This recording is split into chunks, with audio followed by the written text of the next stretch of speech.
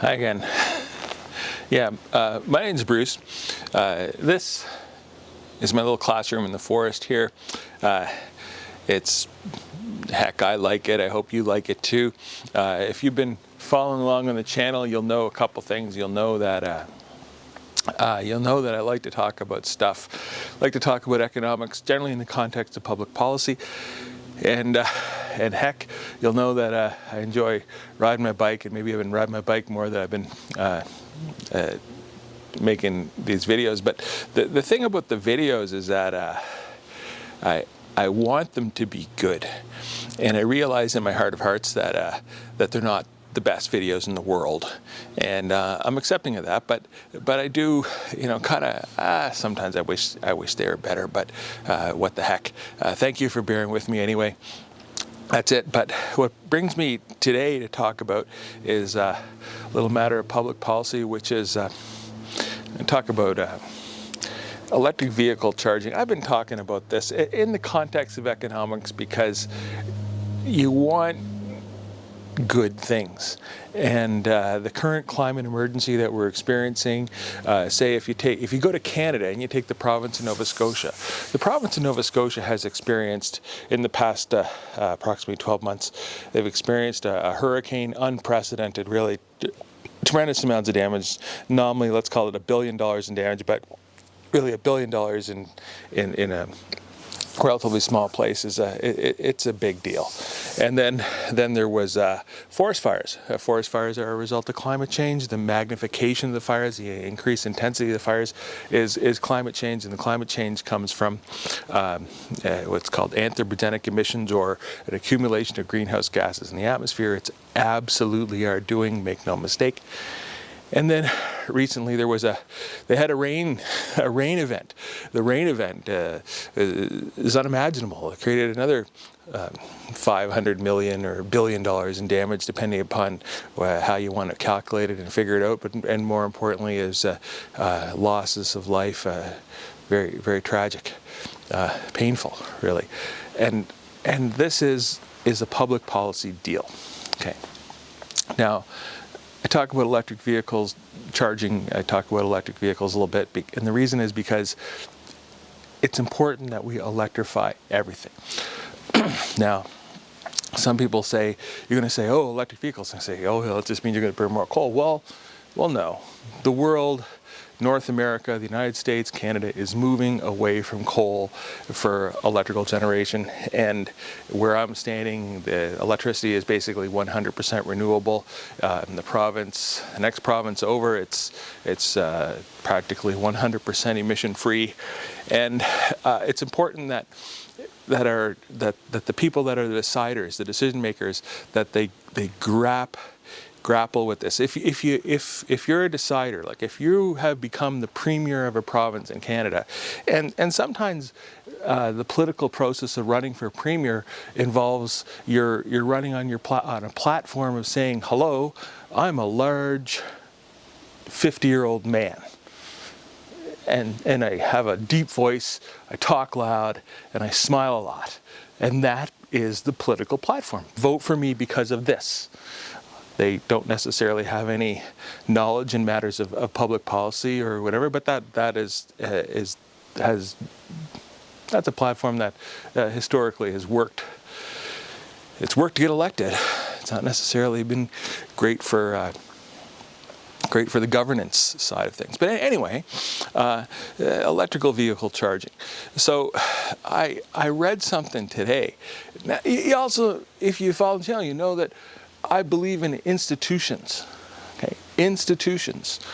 The institutions, the formal institutions and the informal institutions, are the fabric of our society, and stability is important. It's what gives us confidence to grow our society. And if you go back to the beginning of my videos, I talked about this idea of more.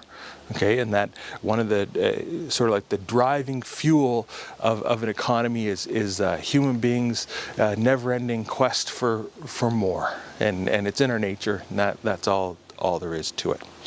Okay, but anyway, I read institutions. So one institution that we have here in Canada, it's not rocket science for someone to figure out I'm in Canada. Heck, hello, I talk like a Canadian, I guess. I look like a, what does Canadian look like? I don't know. I'm Canadian. Okay. Institute is our news gathering organizations. So in Canada we have a thing called the Canadian Broadcasting Corporation, and journalism. I kind of worked as a journalist for a while. It was one of my careers. Go figure. I was the guy that they would dispatch to get photographs of people who were deemed newsworthy. Anyway.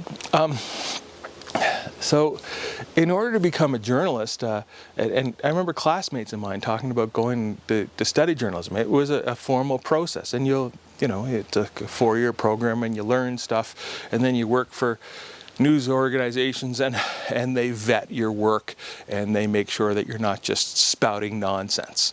Now, the thing about YouTube is that there's no barrier to me spouting nonsense. I can say anything I want. I said that before. Anything, I don't want to, and the same rule applies to anyone. So there's lots of YouTube channels where people are spouting nonsense. Anyway, so in Canada we have the Canadian Broadcasting Corporation. It's something that I've been, intimate with, because I've been listening to the radio. I'm listening to CBC radio since I was practically 0. I've been watching CBC television since forever. And CBC is where you look to for hockey games. It's where you look to for the Olympics. It's where you look to for the nightly news. It's important. But anyway, so now the CBC's just published an article, and they've talked about electric vehicle charging, and it included a chart, and I think they might have had a graph, but it had a chart. And the chart, I looked, I was like, wow. And then I read the article, and I was like, oh goodness gracious, who wrote this stuff? It's kind of crazy. And the chart, I'm going to put it up maybe, but the chart had a list of, on this axis, whoa, here comes the thing. On this axis it said jurisdictions, areas, okay, the places, the areas, and they listed it in order of this. Bunch of lines that went like this, and they wrote down it was EV. I think it was DC, that's not a C, direct current, the EV, the fast charging plugs per registered, it's bad writing, vehicles, okay, and it went down. And then there was some area they had the most, and some other area had the least. Now, there's a couple of problems with this plan in terms of conveying information. What I think the desired effect was to convey how preparedness for electric vehicle adoption, and where was the most prepared. And then the headline read that Canada lags. Well, it's not that straightforward. But the eyebrow raiser was that the province of Quebec in Canada was down near the bottom, okay, according to this chart and according to this article. Now, in terms of electric vehicle adoption, electric vehicle preparedness, electric vehicle everything, if you've been following my last couple of videos, you're going to think that nothing could be farther from the truth. Quebec is simply the electric vehicle preparedness capital of North America, period, full stop. There are electric vehicle DC chargers, the ones that will charge up your vehicle fairly quickly, that are akin to, say, a gas station along the way, if you want to make an analogy with gasoline. They are basically everywhere. You're tripping over them. Everywhere. There's a Cirque Electrique, which is the BC hydro and flow charging one, and there's a bajillion plugs. I could find out the number, but the number is such that you're driving down the road. Oh, there's one. Oh, there's another one. You're on the street corner, and oh, there's one. Oh, there's two over there. Oh my gosh, there's one here. They're everywhere.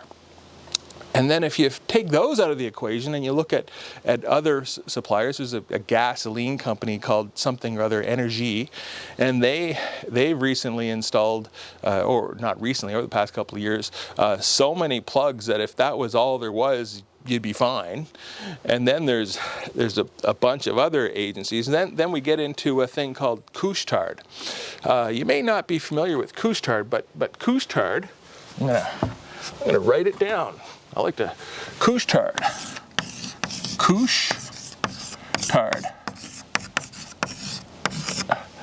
which translates loosely into sleep late. Now Couche-Tard, they own Circle K and a whole bunch of drugstores, and they have approximately a number of locations. It's like 20,000, might be more, might be less, but it's in North America. It's a number of locations, like approximately 20,000. And so then what they did was they said electric vehicle charging is important, and it's something that we should do and look into. So what they did was they partnered up with or they purchased hardware, and they installed it in a test location to work the kinks out. Then they said, okay, we think we got this one working, let's do it another test location, work the kinks out. Then let's do it another test location, work the kinks out. And so right now, if you go on to PlugShare, which is an electric vehicle website and app for finding electric vehicle chargers, you'll see that, and you just filter by Couche-Tard, you'll see that there's actually a fair number of Couche-Tard locations. But the important thing to remember is that Couche-Tard is enormous. It's enormous in Canada, it's enormous in the United States, and they have a wax of locations, like a significant number, tens of thousands of locations. And they said to themselves, the electric vehicle charging is important. We're going to make it part of our business. We're going to be good at it. We're going forward, and that's it. So that's great. Okay. So, and the thing about Quebec-based companies is they're in it for the long haul. They don't fool around. We like to be excellent. Okay, and we're not in for the quick buck. We're going to offer a service. We're going to offer a service that's stronger than their competitors. We're going to offer it at a price that is fair, that allows us to have a reasonable return on investment, and one that allows growth. Okay, and this is the philosophy that Couche-Tard has applied. And if you can Google it up, look for it, and find out, wow, that guy's not crazy. This thing's a big deal. There's a lot of this. Okay, and an aside is on this idea of public policy. Something else in Quebec that's I'm going to go over this way. Yes, I will go this way. Something else that has come from the province of Quebec. I've spoken of her before. Celine Dion. Okay, Celine Dion. She's a big deal. And then Cirque. Cirque du Soleil. It's a big deal. And then something that happened in the province of Quebec in 1976, but the lead up to that was they had the 1976 Olympics. And something that came from the 1976 Olympics, had its roots there, is a little company called Solotech. Now, I'm mentioning Solotech to give context here, to say that because Solotech began in about 1974 when someone said to another person, said, can you supply the sound, the audio for the Olympic Games? I said, yes. So it began. And then I mentioned Celine Dion because Celine Dion is becoming a deal.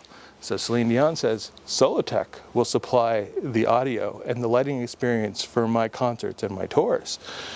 Cirque du Soleil, Solotech supplies the audio and logistics and a bunch of stuff for Cirque du Soleil. You can look it up. Okay, started the 1976 Olympics. But right now, Solotech is a big deal globally and has been for a long time when it comes to supplying concert sound and concert lighting, event sound, event lighting, blah, blah, blah. You get it. So what I'm saying is that you have a Quebec firm, Couche-Tard, and they're saying, we are doing electric vehicle charging. We're going to be good at this. And then we already have Cirque Electrique, which is the most ubiquitous within the region that they supply. Like they're not in California. I'll give you that. But if you get out your map, look at Quebec. So me and the New York Times, we're impressed with this thing. And these Cirque electric chargers, they're everywhere. So if you go to the far-flung region of Quebec, you get to the end of the road, until you literally run out of road. And then to go farther, you have to go by boat and by ferry. And even if you go to places by boat and by ferry, you're going to discover that, holy smoke, there's a 50 kilowatt charger sitting here to charge my electric vehicle. How would you even get an electric vehicle there when there's no road? And these very remote locations, they've installed satellite hookups and local Wi-Fi hotspots with big instruction plates about how to connect to them. And if you don't happen to have the Flow RFID card, which basically everybody has, that's it. And another thing about, say, like this area or a place where there's a high level of EV adoption. So in the province of Quebec, round number, there's probably at this moment about 240,000 electric vehicles on the road. And that's growing every day. But if you have a place that has a high level of electric vehicle adoption, then people go, hey, I'm going to charge at home. And then if you have your apartment building, you think, oh, I should have electric vehicle charging at my apartment building. So you take the steps to do so. If you're building a new apartment building, you're going to do it. If you're building a new transit system, there's a thing now in Montreal called the REM. It's basically an expansion and a modernization of the Montreal transit system. It allows you to go from here to there rapidly and quickly and in total comfort and modernity. I mean, it opened 2 days ago or this morning in a way. So at a REM parking spot, they have 60, I'll write that down, 60. They have 60 charging plugs. Now, so you can, and it costs $10. It costs $10 whether you're there for an hour or you're there for 10 hours, it's $10. So you can drive to the Brossard station, which is on the South Shore of Montreal, park your car, plug it in, pay the $10 to park and charge for the whole day, take your car, take the train and go into Montreal and enjoy yourself. The train takes about 12 minutes, and then come back. And when you come back, your car is fully charged. And if you happen to say, for example, if you live in a place where it's not possible for you to charge at home, then this is a way for you to keep your car charged. But it's also, it exists and it's not necessary, because in Quebec, you're tripping over Cirque electric and Flow charging spots. There's the high-speed ones that charge very quickly. They now have 500 kilowatt stations. If you're into number like kilowatt numbers, that technology exists, but it's not widely distributed. But they do have up to 180. 180 is a big deal. It's wow, and it's better than that because they actually just work. Okay, seamlessly. And but they also have 5 kilowatt plugs and 7 kilowatt plugs. And these 7 kilowatt plugs, I've done an earlier video where they start showing up in another city in Canada, in Toronto. They are everywhere. That's it. So what motivated this ramble here was that this CBC journalist had this chart. And I guess he just had a deadline or something, and he wrote this article, and it's given me a bit of concern about one of our institutions. And so I thought I'd share my 2 cents on the whole deal. Now, my name's Bruce. This is my channel. If you like it, great. If you don't like it, leave a comment. If you like it, leave a comment. Like, subscribe, all that stuff.